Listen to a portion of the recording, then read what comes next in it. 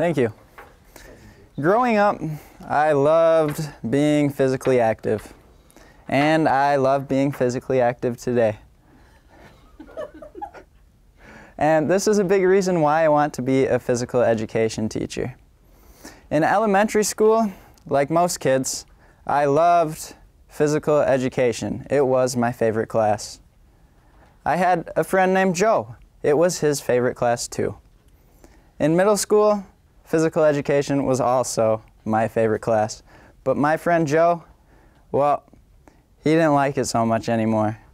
And as I moved on to high school, I was one of those weird kids that loved to sweat in school and stay active.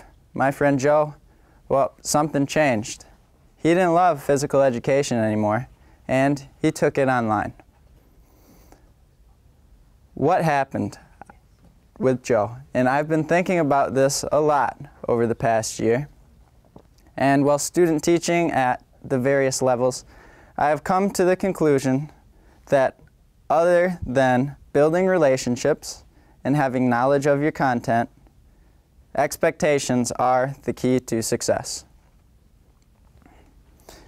To help you better understand the various expectations, I decided to put them into a John Wooden style pyramid.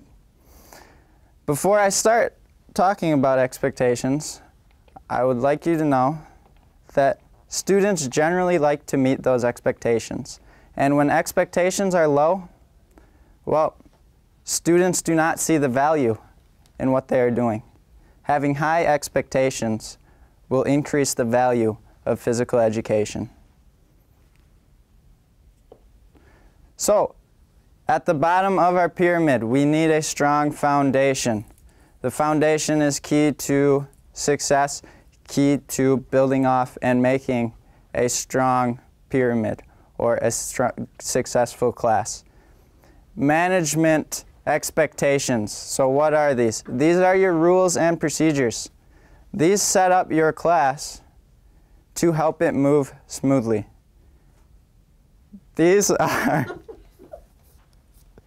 Sorry, the lighting's bothering me. And so these are questions that you need to ask yourself. Do I have my students in squads? Do I have a daily warm-up routine? What are the rules? What are the consequences for breaking the rules?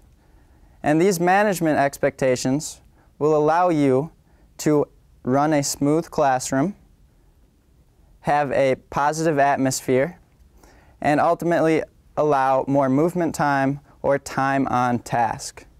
After we get the students moving and involved in the activities, we need to have participation expectations. This could also be called performance expectations. Now, we cannot expect all students to perform at the same level, but I believe we can expect all students to participate. So, it is important to communicate these expectations to your students. They need to understand, what does participation look like? And the biggest thing they need to understand is it is okay to fail. Physical education is one class where failure is very visible. And people do not like to fail, but it is a part of the learning process. This needs to be communicated to the students to help them understand that, hey, it's okay to mess up sometimes. And this will ultimately affect their motivation in the classroom. And finally, at the top of our pyramid, we have our learning expectations. These are also called learning objectives. And I don't know how many times I've been asked, Mr. Polland, what are we doing today? And kids have the right to know. They should know.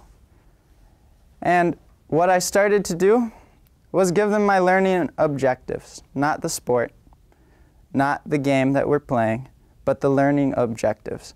Because students need to understand that physical education is a fun class. We do get to move, but we're also going to learn.